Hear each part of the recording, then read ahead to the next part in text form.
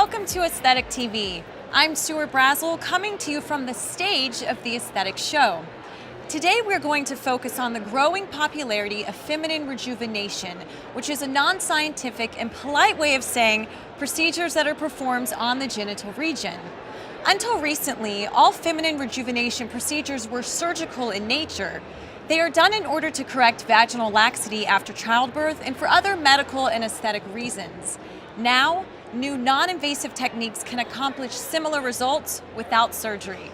With the rising acceptance of non-surgical feminine rejuvenation, women can literally recreate themselves with the look and feel that is perfect for them. It's not quite like buying designer shoes, but it's close. You may be in your 30s, 40s, or 50s up here, but now you can be youthful down there with relatively little discomfort. Today, we're joined by Beverly Hills cosmetic surgeon, Dr. David Matlock. I like to call him the Dolce & Gabbana of feminine rejuvenation. Dr. Red Alinsod, a gynecologist practicing in Southern California who is the Gucci of feminine rejuvenation. And from Houston, Texas, it's Dr. Shalina Lalji, a gynecologist and cosmetic surgeon we call the Chanel of feminine rejuvenation. Thank you so much for joining us, everybody. Thank you, Stuart. So we're definitely in for an exciting chat. So I want to talk about, why is feminine rejuvenation done in the first place? I think very recently we have all come to realize that women really need to have something that is well accepted, but also really needed. And so more and more we're recognizing this concern that women have. So as a board certified gynecologist, but also as a woman, I can definitely vouch for the fact that women's self-esteem is not only governed by how things are going on here, but also in other parts of the body. And now we finally are doing something about it. It's definitely head to toe. Absolutely. Head to toe. You know, and also, and I think Red will agree that it's really a natural progression of what we see in cosmetic surgery. So first what you see, all of the surgical techniques, and then followed by that, we get some of the non-surgical techniques and the popularization of the non-surgical techniques. So I think where we are in this whole field of female genital plastic surgery, we're now moving into, in our armamentarium, this whole area of non-surgical feminine rejuvenation. Absolutely. Well, David and I started with surgical technique. It was always about the surgery, the surgeon's hands, but there's a large demand for going into something that is not as invasive, that can accomplish to treat all these women who are not quite ready for plastic surgery. Right. They just want to feel like their young self again without any surgery, and so that's where it's heading. I mean, surgery right away, it's a little scary, and then when you think Absolutely. about doing it on that region of your body, Sure. non-surgical would be more attractive, I would think, to most women. Think about no downtime, think about, doing something that really doesn't have the risk factors, and then getting the results that you really want so that you can look and feel the way that you really want to feel. Yeah, but I think that it's important. I think that the panel will agree that this is really pretty much in its infancy. It's really in its infancy. It's growing. We have to bring the science in as well. Research is being done. This is a natural progression of any type of new procedures coming about in this particular field. So I think we have to understand too that it's not for everyone. If people say, well, is the surgical procedures going to go away? No. So I think it's very important that we really select those patients and be very selective, just like on any type. You say, oh, there's some non-surgical things that we can do on the face. But some people, I mean, if there's so much relaxation and sagging and so forth and everything, they're going to need a surgical You procedure. need surgery. So we have to be selective on this. And we're getting blown away every time we do these non-surgical treatments. For example, radiofrequency. David and I do radiofrequency therapies.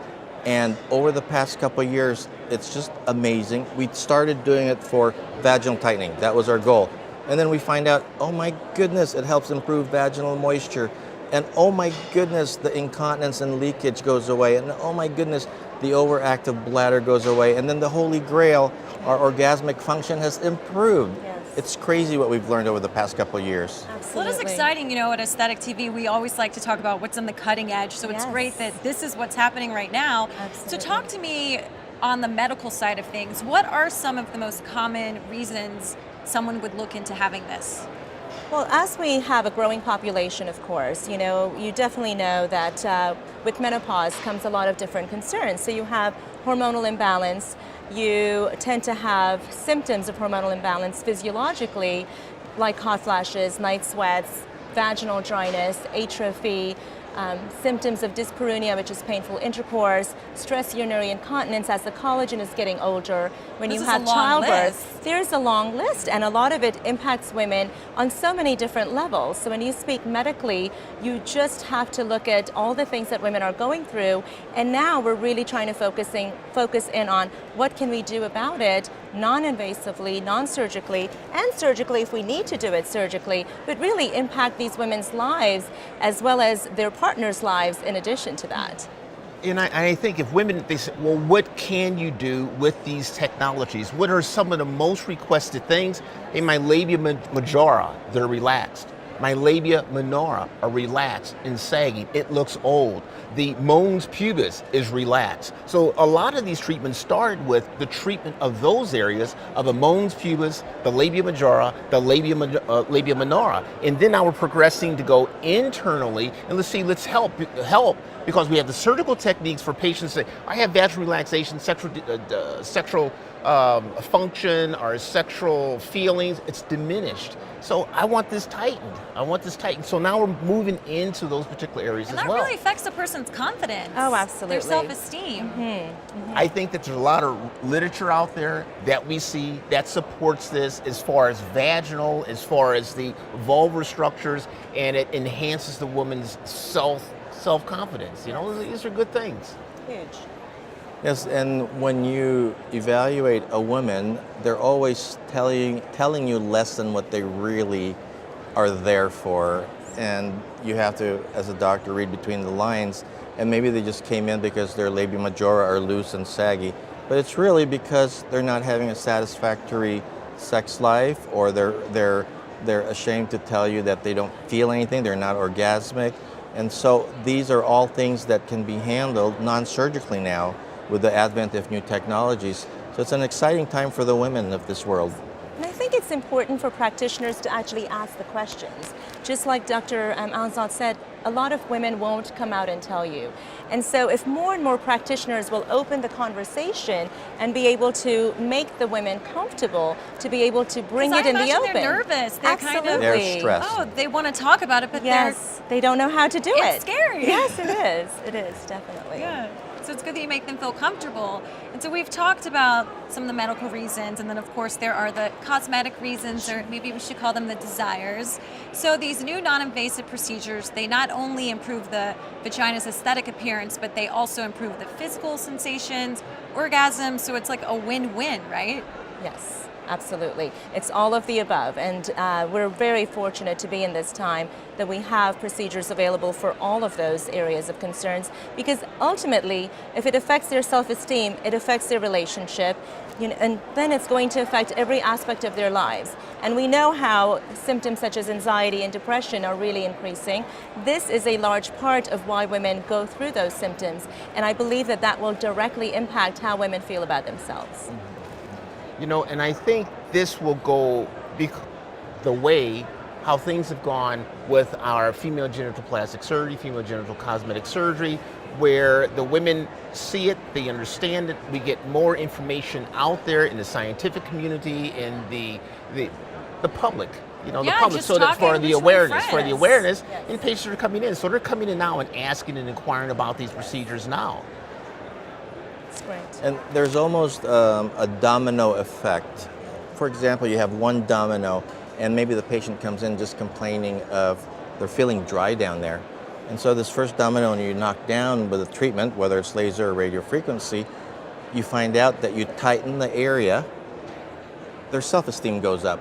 They look for something more satisfying. And then the next domino falls down because now they're moist, they have more desire. And then the next domino falls down, they're getting vaginal tightening effects from the treatments that are given, and their orgasmic changes are improvement. And these patients, treating them non-surgically, are quite happy because they didn't have anything invasive, they didn't have any knives, they didn't have any downtime. So it's like taking care of one thing and the rest follows. It's really gratifying. You're going to get a lot of phone calls from happy husbands, probably. That's right. So, what are some of the new non-invasive feminine rejuvenation procedures, and how do they differ from surgical procedures of the past? So obviously there is a lot of different technologies out there. There is radiofrequency, as the doctors mentioned, there is CO2, there is erbium YAG, and there are definitely good things that we can say about every single technology. Everything brings different things to the table. So with non-invasive technology, you can address the vaginal dryness, so atrophy. So you're really stimulating the mucosa so that you actually have the sensation of vaginal moisture that you did in your younger years. You can also do the different procedures to tighten the vaginal canal, which is great for sensation, sexual pleasure for both the And if you've had kids. Oh my goodness, that's gotta be exactly. huge. It's a huge deal, as well as with orgasmic potential. Some women just either have never had orgasms or no longer can achieve orgasms. So those are some of the things that are really great that we can do, along with, of course, the incontinence issue. And so many women suffer from that. So, those are some of the wonderful things that we can do. You know, I think that we as surgeons, we kind of gravitate towards our particular device that we like. You know, I mean, and that's just how it is. You know, that's how it is. And so, I'm partial to the radio frequency. I mean, with Red as well. But we had a wonderful symposium yesterday on this. A lot of people there, a lot of doctors throughout the nation were coming in and talking about these It was things. a packed audience, a packed right? audience, and even international doctors. So, it's very important. It's important for the doctors to be able to look at the technologies and understand the technologies and understand what the different technologies can do, and for them to kind of make up their mind of which way they want to go. And I think that one thing I look at Red and I saw is that he's looking more to working on the complete person in this. I'm looking at the labia majora, labia minora, mons pubis, and ultimately into the vaginally. But I said, well, look, he's thinking about the sexual feelings. He's thinking about orgasms. He's thinking about, these kind of things. And when I look at him and what he's doing, it's really about the complete person. It's very interesting. Very, very interesting. Rick? Well, you have to look at it as a complete makeover down under. It's the whole thing, and it's just not just using your aesthetic eye, but your personal sensitivities in helping the woman achieve what she wants to achieve. The lack of intimacy, or it's hard to put your finger on it. It's just they're not feeling sexy. Well, they don't want to be in a bikini probably Right. by the pool. Right. Yeah, exactly. they've lost that swagger. That love and feeling. That love and That feeling. love and And feeling. so I think as a surgeon or as a doctor, I'm sure David and Shalani will agree that, there's a lot of stuff underneath their message that we want to address. We want to make them feel whole again, and it's not just about the surgery. I've used it over a year and a half now, and this has been 10 years in design. Wow. Yeah. So clearly this is very exciting, and I know there have to be some memorable stories. Dr. Shell, do you have one? Absolutely. So many, but there's one that really comes to mind. I had a lovely 52-year-old woman who had just gone through menopause, but in addition to going through menopause and all the changes that come along with it, found out that her husband was having an affair. And so she ended up going through a pretty tough divorce. And here she found herself going through a lot of hormonal fluctuations, but in addition to that, finding herself out there again. And she had struggled for years with vaginal atrophy, dryness, as well as incontinence issues ever since she'd had her children. And came to me, initially her symptoms were, of course, the menopausal symptoms, and a lot of times that's the first thing that they'll talk about because it's more comfortable. Yeah, they're more comfortable Exactly. to say, okay, I'm going through menopause. Exactly. And sitting and talking to her and really trying to identify what her concerns were, a lot of it was with her vaginal concerns as far as vaginal dryness and painful intercourse and incontinence issues, as well as just not being able to have an orgasm. And this, she felt, had a big impact in how her marriage ended up. And so it was quite a heartbreaking situation, but it's not unusual. This is something that we see all the time. I'm sure the other doctors can agree. And once we conducted some of the procedures, got her hormones balanced, did something for her vaginal atrophy, she started feeling more youthful again, and actually did a G-shot on her that Dr. Matlock came up with. Thank you, Dr. Matlock.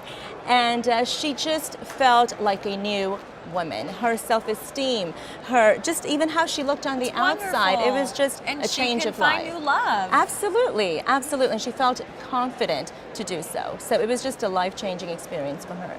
And Red? Amazing stories. I'll just share a couple of really brief ones. I had a menopausal lady who's 52 years old, had been anorgasmic for years and completely dry. She'd been menopausal for close to a decade. So after one treatment, she comes back to see me and says, Dr. Alinsod, I'm a rainforest down there. And so that was so great for her. Yeah. And after 5 years of not being orgasmic, she was with her partner in a very stable relationship, having orgasms. And that was so wonderful. The better story is a young lady I treated over a year and a half ago who is a professional dancer. She's an entertainer. And I remember when we first did her ThermiVA treatment, to tighten her vaginal canal. She's had 2 vaginal births, wonderful young lady with a couple kids. One treatment, she comes back and sees me and says to me, Dr. Alinsod, I think I've had a complication. Is it a complication that now I can't get my vibrator in? No. She got so tight. We were all cracking up in the office. I did 3 treatments on here. She comes back a year and a half later, and her orgasmic changes were so wonderful. She said to me, Dr. Alinsod, it's almost unfair when I'm working and I'm doing lap dances. Is it even ethical that they're paying me and I'm the one having orgasms? It's a crazy story, but talk about a job with perks. Yeah, exactly. With perks and the enduring effects of these treatments a year and a half later. Yeah, it's crazy. Well, these stories are incredible. I mean, I just imagine your patients walking in with this gorgeous natural glow. Yes. Oh my gosh, they're excited. Yeah. They're so happy. Well, thank you so much for sharing your stories, and thank you to our panel of expert physicians for coming on the show to describe this new aesthetic trend. It's been a pleasure, Stuart. Thank you. To keep up with the latest in these and other procedures, be sure to check out our website, aesthetichtv.com, for updates. For Aesthetic TV, I'm Stuart Brazel. Stay tuned and stay beautiful.